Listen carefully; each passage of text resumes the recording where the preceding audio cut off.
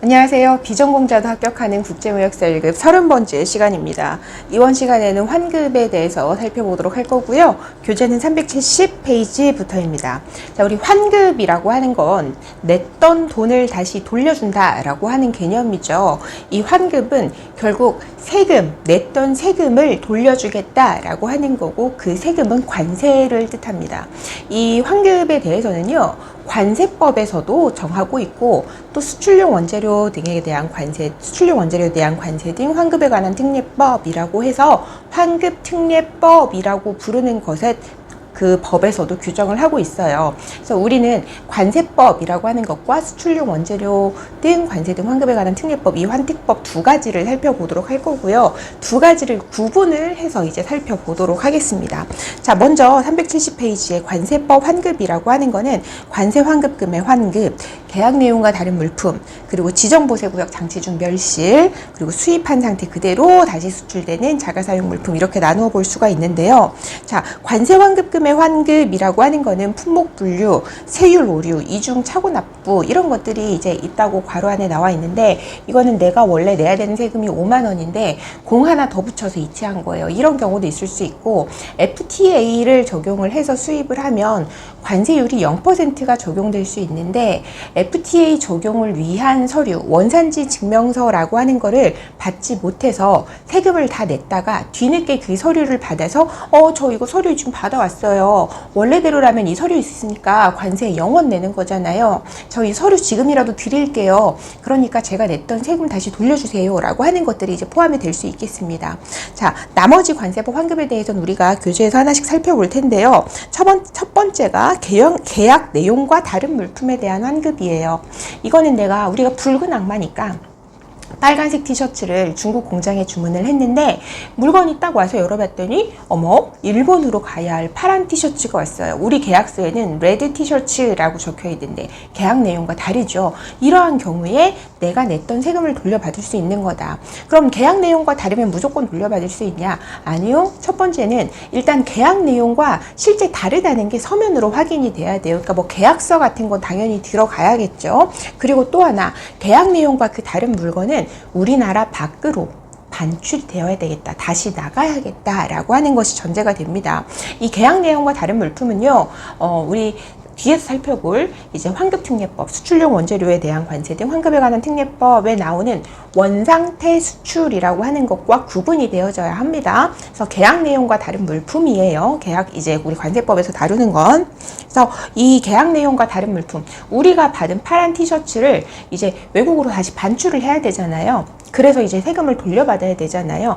이때 중국에다 얘기를 했더니 중국 사람이 이러는 거예요. 아, 그래? 그럼 미안해. 어차피 그거 너네 한국에서 우리 중국으로 보내줘야 되는데 미안한데 중국으로 보내지 말고 일본으로 보내줘 라고 할 수 있죠. 이렇게 다른 국가로 보내는 경우에도 관세법에 따른 이제 관세 환급을 받을 수가 있겠다라고 하는 점 참고를 해주시기 바랍니다. 그래서 요건은 계약 내용과 상이한 다른 물품이죠. 수입 신고가 수리된 물품 이어야 되고, 수입 신고할 때의 성질이나 수량이나 상태가 변하지 않아야 돼요.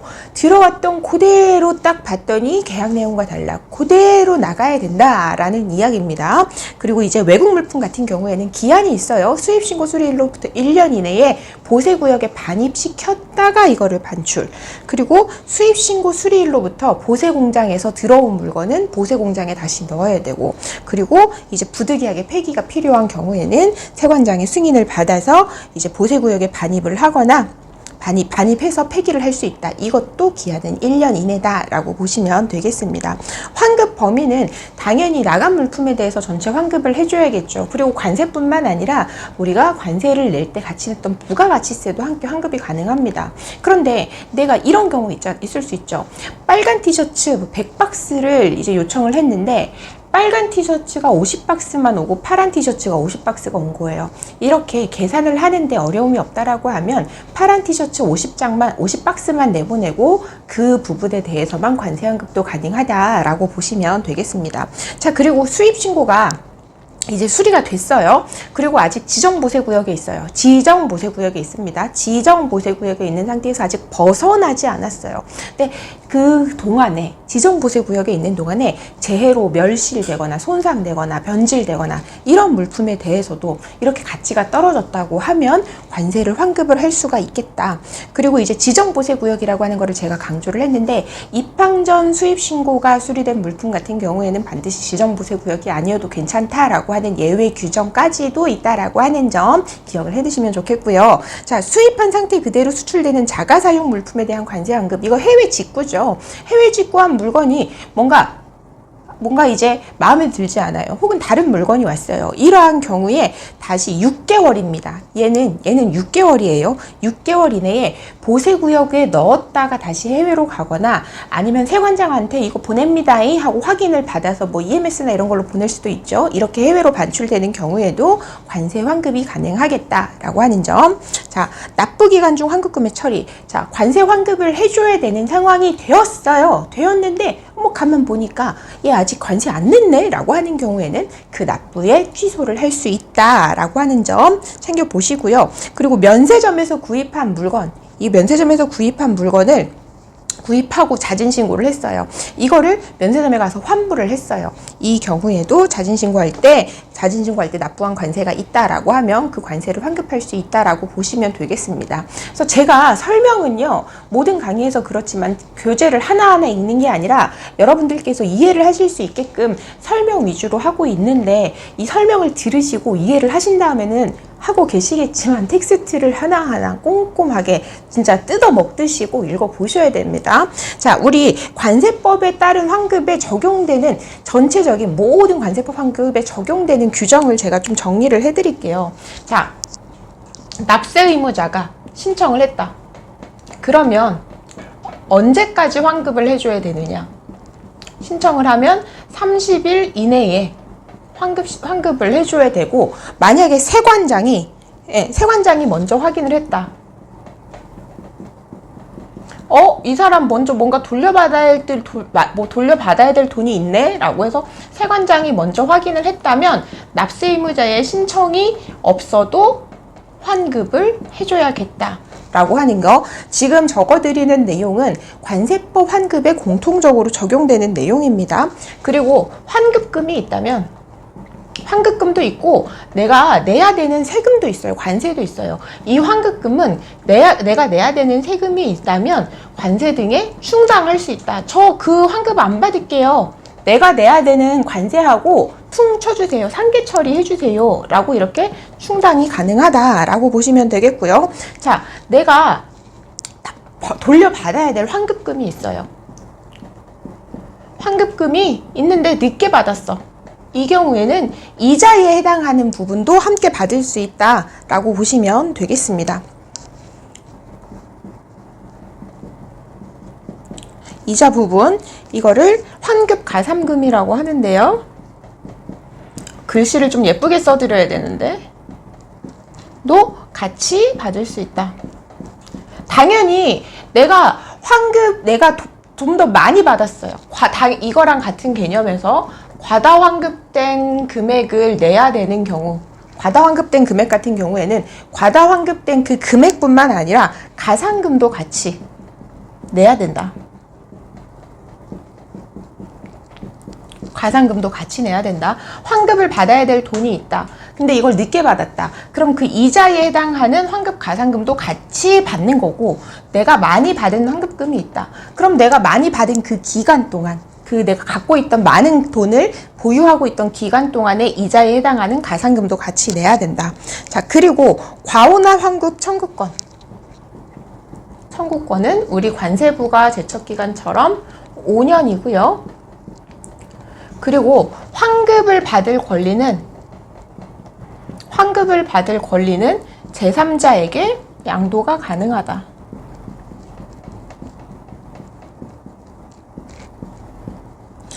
이게 관세법 환급에 공통적으로 적용되는 내용이다라고 보시면 되겠습니다. 그래서 여기까지가 관세법에 따른 환급에 대한 내용을 정리를 한 거고요. 이제 수출용 원재료에 대한 관세 등 환급에 관한 특례법을 볼 건데 372페이지고요.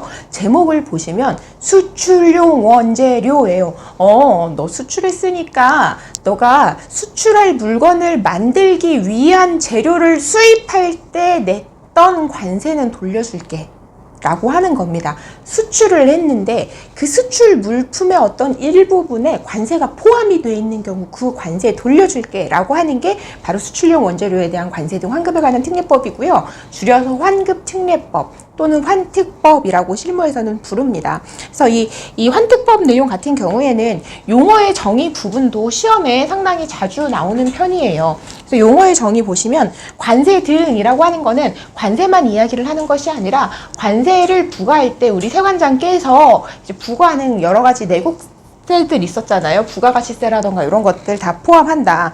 임시수입부가세, 개별소비세, 주세, 교통에너지 환경세, 농어촌 특별세 및 교육세를 말한다. 수출 등 관세법 등의 규정에도 불구하고 환급 대상 수출에 속하는 것을 말한다 라고 했는데, 관세법에도 수출의 규정이 있지만 환특법에서 말하는 이제 환급 대상 수출이라고 하는 게 있고, 그거는 바로 이어서 살펴볼 거니까 이제 넘어가도록 하겠습니다. 수출 물품은 수출 등의 용도에 제공되는 물품, 소요량이라고 하는 건 수출 물품을 만드는데 들어가는 원재료의 양 한 단위를 기준으로 했을 때 당연히 그 원재료의 양뿐만 아니라 그 물건을 만들 때 원재료가 정상적으로 소모가 되는 경우 있죠. 연필을 만드는데 열필심을 만들기 위한 흑연이 있다. 그러면 그 흑연을 깎다 보면 정상적으로 날아가는 부분들이 있잖아요. 그 손모량을 포함한다라고 보시면 되겠고, 환급, 수출용 원재료를 수입하는 때에 납부하였거나 납부해야 될 관세 등을 이제 되돌려주는 것. 자, 정산이라고 하는 건 내가 내야 될 일괄해서 한꺼번에 월별 납부 같은 거겠죠. 내야 될 관세가 있고 또 돌려받아야 될 이제 환급금이 있으면 이걸 이제 상계 처리하는 거를 바로 정산이라고 한다. 해서 용어의 정의 부분도 이제 시험에 나오는데 이제 많이 좀 틀리게 나오는 게, 틀린 보기로 나오는 게 손모량 부분.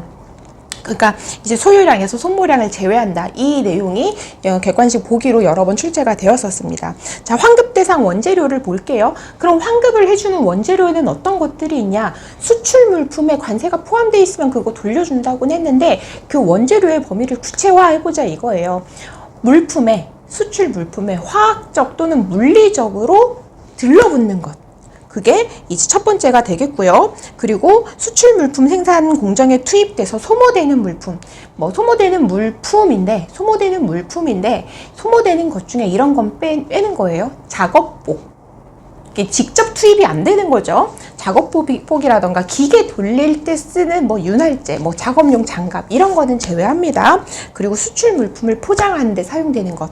이 화학적, 물리적, 그리고 수출 물품에 투입은 되는데 소모되는 것. 그리고 포장 물품으로서 소요량을 계산할 수 있는 것이 수출용 원재료에 해당이 되고, 또 하나 수입한 상태 그대로 수출되는 그 해당 물품, 이런 거를 원상태 수출이라고 해요. 예를 들면 이 보드마카를 중국에서 수입을 해서 내가 100박스를 수입을 해서 50박스는 통관을 해가지고 우리 사무실에 가지고 있으면서 쓰고 나머지 50박스는 일본으로 그대로 수출한다라고 하면은 이 보드마카 자체도 수출용 원재료가 되겠다, 환급 대상 원재료가 되겠다라고 보시면 되겠습니다. 자, 이제 환급 대상 수출이에요. 첫 번째가 관세법에 따라서 수출 신고가 수리된 물품. 그리고 두 번째가 373페이지. 우리나라 안에서 공급을 했어. 외국으로 보내진 않았지만 우리나라 안에 공급을 했지만 외화를 획득을 하는데 판매하는 공사, 이제 판매나 공사 중 기획재정무령으로 정하는 것. 그리고 보세구역에 넣거나 이제 보세창고나 보세공장 같은 특허보세구역에 넣거나 종합보세구역에 넣거나 자유무역지대로 넣는 것. 거긴 관세선 이제 밖이라고 보통 이야기를 합니다. 그리고 외국무역선기에 이제 공급하는 선기용품 같은 것. 자, 우리 첫 번째 관세법에 따라서 수출신고가 수리된 물건 중에서 유상물품, 돈 받고 수출한 건 당연하고 무상으로 수출된 물건도 일부는 돌려줘요. 환급을 해줘요. 그래서 환급 대상 수출의 첫 번째가 관세법에 따라 수출신고 수리된 물품이었는데, 유상 물품은 기본이고 이게 적자 수출이어도 상관없다. 이거 100원에 수입해서 50원에 파는 경우에도 환급은 해줘요. 근데 이제 무상 수출, 돈 안 받고 그냥 물건만 내보내는 거는 일부만 환급을 해줘요. 그래서 그게 373페이지 오른쪽 위에 파란색 박스에 있는 부분인데요. 자, 박람회 전시회, 외국에서 이제 열리는 박람회 전시회에 참여를 했어요. 그러려면 이제 무상으로 돈 안 받고 그냥 이제 수출 신고를 했겠죠. 금액 없이. 근데 거기서 팔렸어요. 그러한 경우에는 환급을 해주겠다가 첫 번째고, 해외에서 뭐 투자, 건설 이런 여러 가지 건설 용역을 하고 있는 우리나라의 법인에 내보내는 어떤 기계, 시설 자재 이런 것들이고, 이렇게 나간다라고 하는 거를 관계기관의 장이 확인해 준 경우. 그리고 세 번째는 내가 물건을 수출을 했는데 그게 계약과 다른 물품이었던 거예요. 그래서 그 물건에 대체해서, 잘못 나간 물건에 대체해서 내보내주는 물건의 경우에도 돈을 안 받고 보내겠죠. 이런 경우에도 환급을 해주겠다. 그리고 해외 구매자와의 수출 계약을 뭔가 하기 위해서, 수출 계약을 체결하기 위해서 무상으로 샘플 먼저 보내줬다라고 하는 경우에도 이제 환급 대상 수출이 되겠고요. 그리고 외국에서 뭔가 의뢰를 받았어요. 제조 가공을 해달라고 의뢰를 받았어요. 의뢰를 받았어. 그 의뢰를 받을 때 원재료가 같이 들어온 거예요. 그 원재료 가지고 뚝딱뚝딱 만들었겠죠. 만들어진 물건을 수출할 때 내가 가공인만 받은 거예요. 물건 가격은 이 만들어진 물건에 대한 물건 가격을 받는 게 아니라 가공인만 받는 경우, 이 경우에도 환급 대상 수출이 되겠고, 물건을 뚝딱뚝딱 만들다 보니까 원재료가 남은 거예요. 그 남은 원재료 다시 내보낼 때에도 그것도 환급 대상 수출이 된다.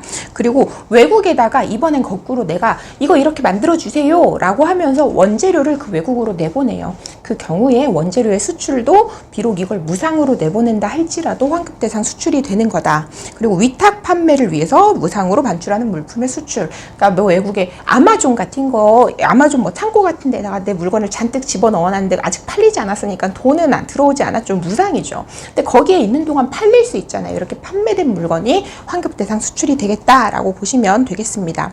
자, 4번 관세 환급 기간입니다. 원칙 길게 나와 있는데요. 그거 그냥 지우시고 이렇게 적을게요. 수출 등에 제공된 날로부터, 수출된 날로부터죠. 2년 이내 이게 원칙이고, 환급은 수출하고 나서 2년 이내에 신청하세요. 근데 만약에 어떤 이제 수입 원재료 등에 대해서 뭐 보정, 수정, 경정 같은 이런 사유가 있는 경우에는 그 사유가 있는 날로부터 2년 이내다라고 보시면 되겠습니다. 이 수출용 원재료에 대한 관세 등 환급에 관한 특례법, 환급특례법에 대한 환급 방법은 크게 두 가지로 나눌 수가 있어요. 간이정액 환급율표에 따른 간이정액 환급과, 그리고 우리가 어떻게 보면 원칙적인 환급 방법이라고 부르는 개별 환급이 있는데, 간이정액 환급부터 살펴보도록 하겠습니다. 자, 이 간이정액 환급은요, 중소제조업체들을 위해서 정말 간이한 방법으로 환급을 받을 수 있게 만들어진 제도예요. 그래서 외국에 수출했어? 우리가 방금 살펴봤었던 환급 대상 수출에 속하면 그래서 그 수출 FOB 가격 얼만데, FOB 가격 얼만데, 우리나라 수출 실적은 FOB를 잡죠. 그 FOB 가격 얼만데, 그 FOB 가격에 따라서 얼마 줄게 라고 금액이 정해져 있는, 그게 바로 간이정액 환급입니다.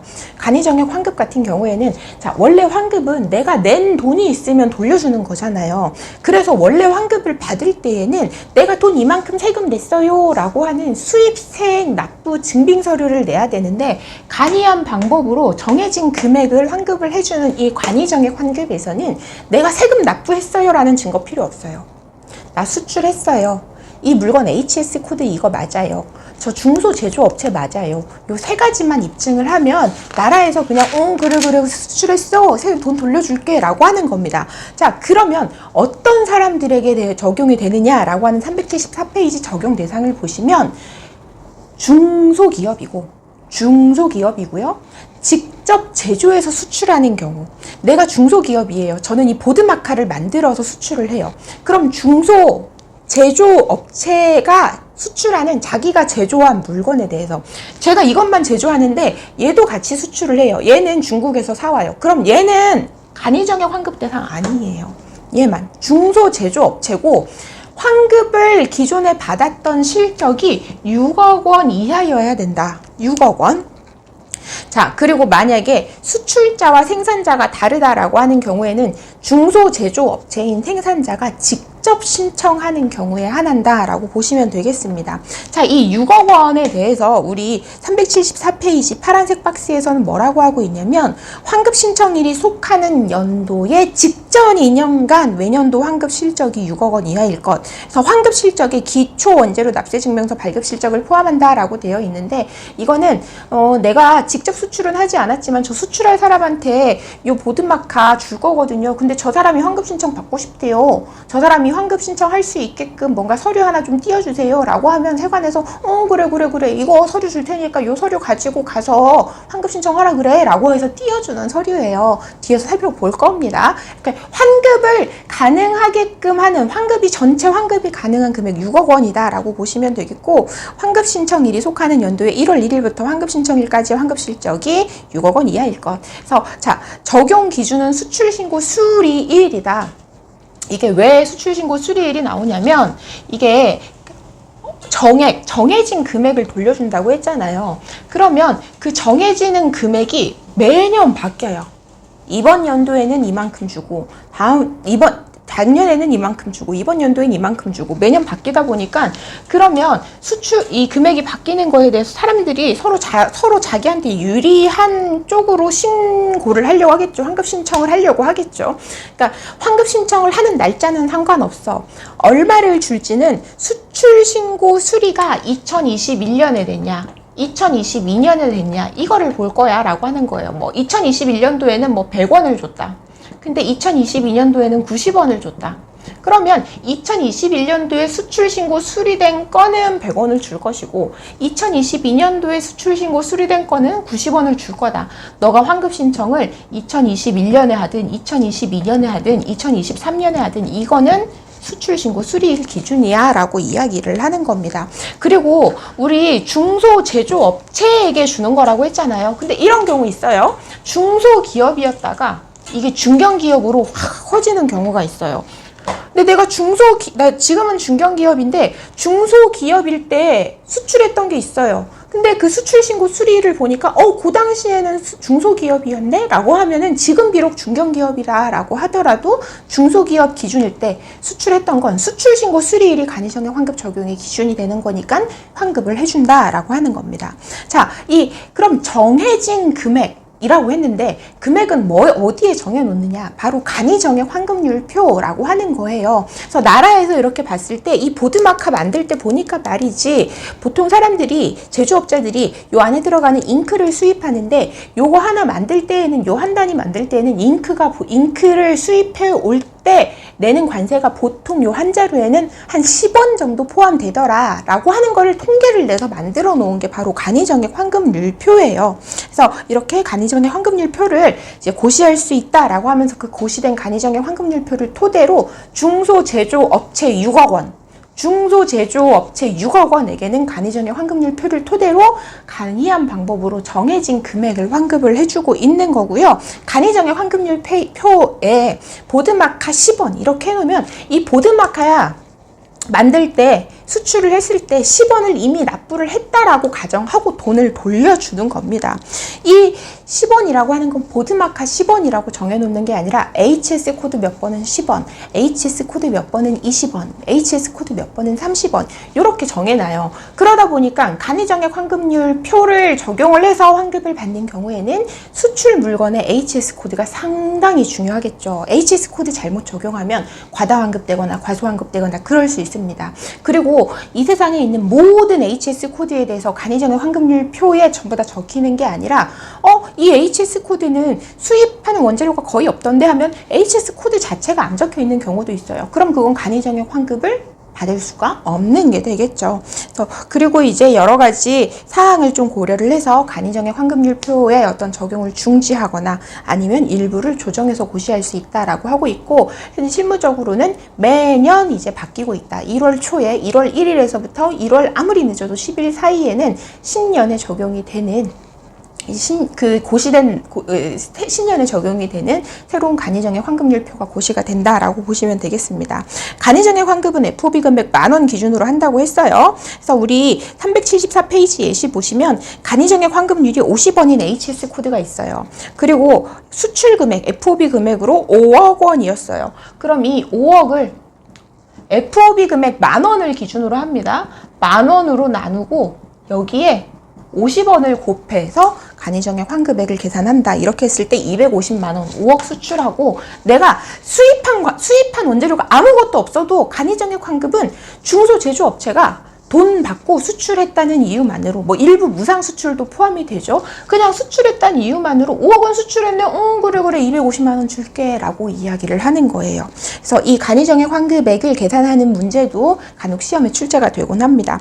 자, 간이정액 환급의 비적용이라고 해서 내가 중소제조업체들은요. 중소제조업체 6억 원은 그냥 간이정액 환급이 기본 옵션으로 적용이 돼요. 내가 신청하지 않아도 그게 기본 옵션입니다. 내가 중소제조업체 6억 원인데 간이정액 환급 받고 싶지 않아요. 그럼 저 적용받지 않을래요? 라고 신청하고 승인을 받아야 돼요. 왜냐면 중소제조업체 6억 원은 간이정액 환급이 기본 옵션이니까.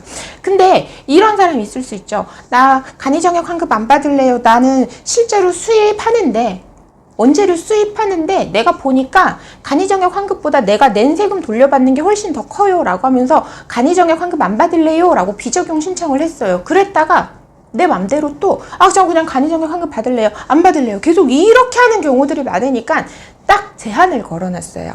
비적용 신청을 했다가 다시 적용 신청을 하는 거는 2년 이내에는 안 된다. 그게 바로 375페이지에 나와 있는 내용입니다. 다만 이런 경우 원래 2년 이내 안 되는데 더 이상 내가 수입한 원재료는 이번에 수입한 건 관세 얼마 냈고 이거는 이 중에서 이 보드마카에 얼마만큼 들어갔고 그 보드마카를 얼마나 수출했고 이런 장부 기장 능력이 없는 경우라던가 아니면 뭔가 이제 소요량이라고 하는 거 이 안에 보드마카에 잉크가 얼마나 들어간다라는 걸 진짜 꼼꼼하게 계산을 해야 되거든요. 원래는 그러니까 우리가 간이정액 환급 같은 경우에는 중소제조업체 6억 원이 수출을 했다라는 것만 확인이 되고 간이정액 환급률 표에 간이정액 환급액이 얼마다라고 돼 있으면 돈을 받을 수가 있는데 제한이 있었잖아요.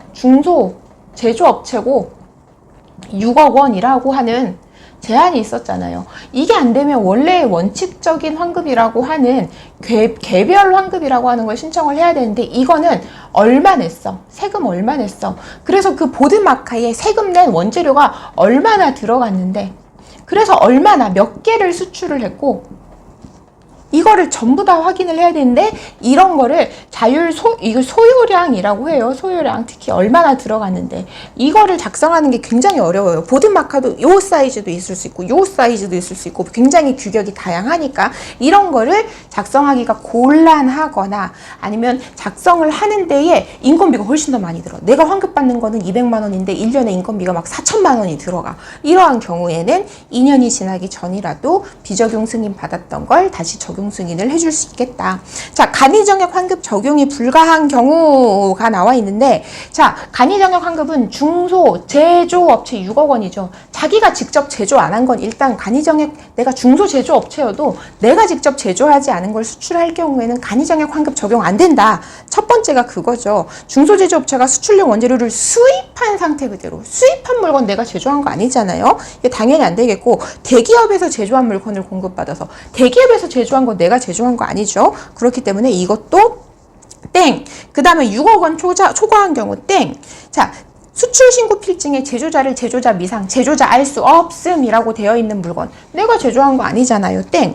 이 외에도 우리가 앞에서 살펴본 저는 중소제조업체지만 간이정액 환급 적용하지 않을래요. 비적용 승인을 받은 경우에도 당연히 적용이 되지 않을 것이고 계약상의 물품이라고 하는 건 관세법에서 말하는 계약상의 물품입니다. 이건 수입한 물건이잖아요. 당연히 계약상의 물품은 간이정액 환급을 신청할 수조차 없고 이거는 관세법상 이제 환급의 환급 규정이 적용이 되는 물품이겠다라고 보시면 되겠습니다. 자, 이제 개별 환급을 볼 거예요. 개별 환급은 그래서 이 보드마카 만들 때 내가 잉크를 수입했단 말이죠. 그 잉크는 이 보드마카 하나에 얼마만큼 들어갔고요. 그 잉크를 수입할 때는 제가 수입 관세를 이만큼 냈어요. 이걸 하나 다 계산을 해가지고 저 그래서 얼마 돌려주세요 라고 하는 게 개별 환급이에요. 어떻게 보면 원칙적인 환급 방법이고 좀 환급액을 정확하게 산출을 할 수 있겠죠. 그래서 이 개별 환급을 할 때는 저희 이 보드마카에 들어간 잉크는 어떤 방식으로 그 소요량을 계산할게요 라고 하는 소요량 계산 방식을 먼저 신고를 하고 소요량을 계산한 다음에 환급에 신청을 해요. 소요량을 계산하는 방식도 우리 국무사 시험에선 다루지 않겠지만 소요량을 계산하는 산정 방법도 6가지가 있거든요. 그래서 실무적으로는 중요한 내용이지만 국무사 범위엔 포함되지 않기 때문에 이제 넘어가도록 하고요. 적용 대상 375페이지 맨 아래 부분입니다. 정액 환급률표에 계기되지 않은 물품. 정액 환급률표에 모든 HS 코드가 적히진 않는다고 했잖아요. 그래서 이렇게 정액 환급률표에 적용되지 않은 물품 또는 중소제조업체 6억 원이지만 저 간이정액 환급 받지 않을래요 라고 하는 그러한 기업이 수출하는 물품, 그리고 간이정액 환급의 대상자가 되지 않는 뭐 중견기업, 대기업 혹은 6억 원 초과 중소기업이지만 직접 제조하지 않는 회사, 이런 회사들 다 포함이겠죠. 그리고 계약상의 물품이라던가 원상태 환급 이런 것들도 이제 간이정액 환급의 대상이 되지 않겠다. 자, 소요량 제도. 개별 환급에서는 소요량이 굉장히 중요해요. 이 소요량을 잘못 계산하면 과다 환급이 되기도 하고 과소 환급이 되기도 하고 그렇거든요. 소요량 계산서를 이제 하나 소요량 저는 이런 방식 6가지 방식이 있다고 말씀드렸는데 그 중에 어떠한 이제 산정 방법을 이용할 거고 소요량은 이렇게 계산이 되었어요 라고 하는 거를 항상 신고를 해야 돼요. 관세 환급, 개별 환급에 따라서 개별 환급 방식에 따라서 관세 환급을 신청할 때에는, 그러니까 이게 너무 복잡해. 이런 이제 보드마카 같은 경우에 내가 수입한 게 잉크도 있고 요 꼭다리도 있고 그리고 요 겉에 붙어있는 스티커도 있는데 다 수입을 해요. 그럼 각각 원재료별로 전부 다 이제 소요량을 계산을 해야 된단 말이죠. 이게 굉장히 이제 복잡하다 보니까 평균 세액 증명 제도라는 거를 이제 운영을 하고는 있습니다. 법에 고시는 되어 있어요. 그래서 평균 세액 증명 제도는 내가 말이죠 이거를 다 수입을 하고 있는데 너무 복잡하고 힘들고 이거는 도대체 하라는 거예요, 말라는 거예요. 저는 그냥 한 달 동안 수입한 거 퉁 쳐가지고 대충 세액 얼마다라고 하는 평균을 내주세요. 저 그거에 따라서 환급 신청할게요 라고 해서 이제 요청을 할 수 있어요. 그러면 이제 이거를 가지고 한 단위당 이거에 들어가는 평균 세액은 대충 얼마더라 라고 하는 이제 서류를 세관에서 내어줄 수 있게끔 하고 있고, 그 서류를 토대로 환급 신청을 할 수가 있는데 이거를 이제 평균 세액 증명 제도라고 합니다. 평균 세액 증명 제도가 이제 적용된 경우에는 그 서류에 있는 물건들은 해당 월의 1일에 수입된 것으로 본다라고 하는 부분까지도 체크를 해두시면 좋겠고요. 자, 국내 거래 인정 서류.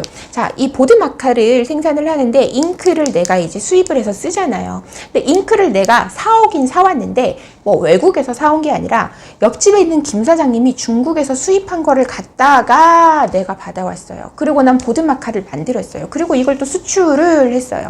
그러면 이 보드마카에는 잉크에 대한 관세도 포함이 되어 있을 거란 말이죠. 김 사장님이 잉크 수입하면서 관세를 납부를 하셨다면, 그러면 얘는 만들어진 다음에 해외로 나갔으니까 이 관세는 환급받을 수 있잖아요. 근데 나는 개별 환급에 따라서는 보면은 수입 세금을 냈다는 증거 서류가 없는 거예요.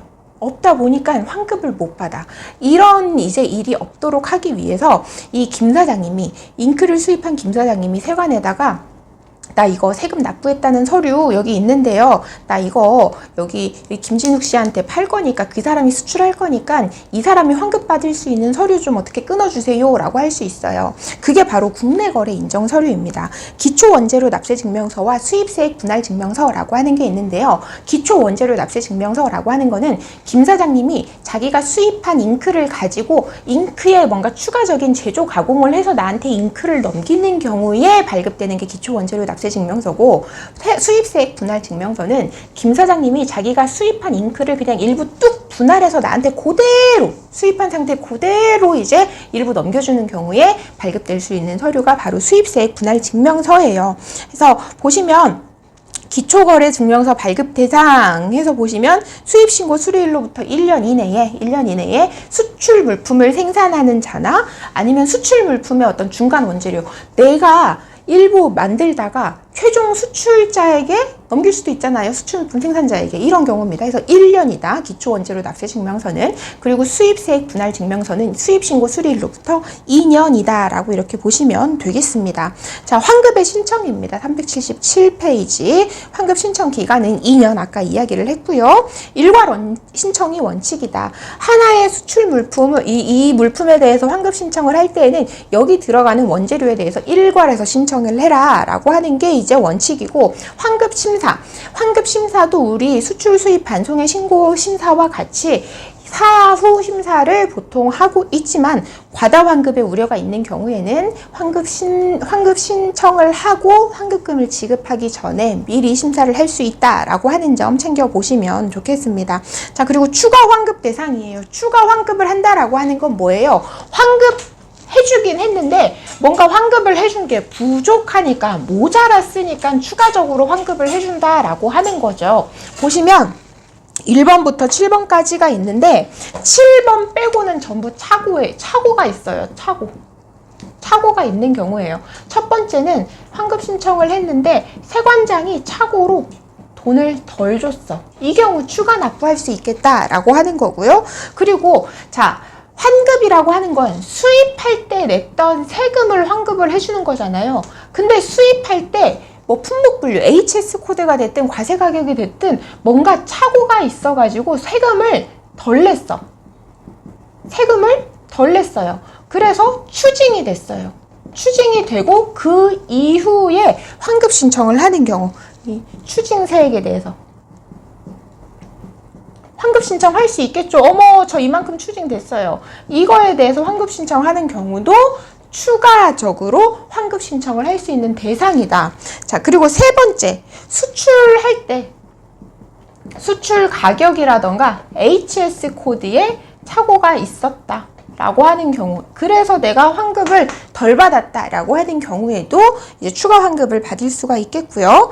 그리고 규격상의 원재료. 그러니까 예를 들면 우리 철강으로 된 봉 같은 경우에도 요만한 사이즈도 있고 요만한 사이즈도 있고 막 그렇잖아요. 근데 그 사이즈에 따라서 규격이라고 하는데요. 규격에 따라서 세금, 납부한 세액이 다 틀릴 거잖아요. 그래서 그 규격을 확실히 맞춰줘야 되거든요. 그래서 소요량 계산이 어려운 거예요. 규격상의 원재료로 환급 신청을 했다가 너 이거 환급 대상 아닌데 너 많이 신청했네 하고 추징을 당한 거예요. 이 추징된 후에 다시 환급 신청을 하는 경우, 이 경우에도 이제 추가 환급의 대상이 될 수 있겠고요. 그리고 아까 우리 기초거래 납세 증명서, 분할 증명서, 이걸 줄여서 기납증, 분증이라고 하거든요. 기납증, 분증에 정정이 있었거나 이게 취하되고 다시 신청하는 경우, 이때에도 추가 환급의 신청이 가능하겠다. 그리고 단위실량 과소 산정, 수량 단위 착오. 단위실량이라고 하는 건 우리 소요량 산정 방법 중에 하나예요. 그래서 단위실량, 그리고 또는 뭐예요? 수량 단위 뭐 그램, 킬로그램 이런 거죠. 이런 것들의 착오로 인해서 뭔가 환급을 덜 받은 경우, 이러한 경우에 원래는 일괄 신청이 원칙이에요. 우리 환급의 신청 바로 위쪽에 8번에 보시는 것처럼 일괄 신청 원칙에도 불구하고 이러한 착오가 있어서 환급금을 덜 받은 경우에는 추가 환급의 신청이 가능하다. 더불어 품목 분류나 세율 결정에 오랜 시간이 걸리는 경우 수입신고 수리 전 반출을 받을 수 있었죠. 반출 승인을 받은 경우 환급도 받았다. 이렇게 해놓고 수입신고 수리 전 반출하고 환급도 받았다. 그 이후에 품목 분류나 세율이 결정된 경우에 추가 환급 받을 수 있겠다. 그래서 내용 이렇게 대부분 착오인데 어떤 착오가 있었는지 하나씩 떠올리면서 복습을 해보시면 될 것 같아요. 378페이지 우리 1번 문제 보겠습니다. 용어의 정의로 잘못된 것은? 자, 풀어보셨나요? 자, 2번입니다. 답은 소요량 수출 물품을 생산하는 데에 드는 원재료의 양이다. 맞아요. 그리고 생산 과정에서 정상적으로 발생되는 손무량은 어떻게 한다? 포함한다가 맞겠습니다. 그래서 답은 2번이고요. 환급 부분, 관세법에는 이런 환급을 정하고 있었고, 수출용 원재료에 대한 관세 등 환급에 관한 특례법에서는 이런 환급을 정하고 있었다. 환특법에 따른 환급은 간이정액 환급과 개별 환급으로 나누어졌고, 개별 환급이 원칙적인 환급 방법이고, 간이정액 환급 같은 경우에는 중소제조업체 6억 원에게 적용되는 것이다. HS 코드별로 환급 금액이 적용이 이제 결정이 되어 있고 FOB 금액이 얼마인지에 따라서 FOB 금액 10,000원당 얼마 이런 식으로 정액 환급율표에 계기가 되어 있었다라고 하는 점들 쭉 한번 먼저 떠올려 보시고 책 꼼꼼히 읽으시면서 복습하실 수 있도록 그렇게 부탁드리겠습니다. 이번 시간도 수고 많으셨습니다. 감사합니다.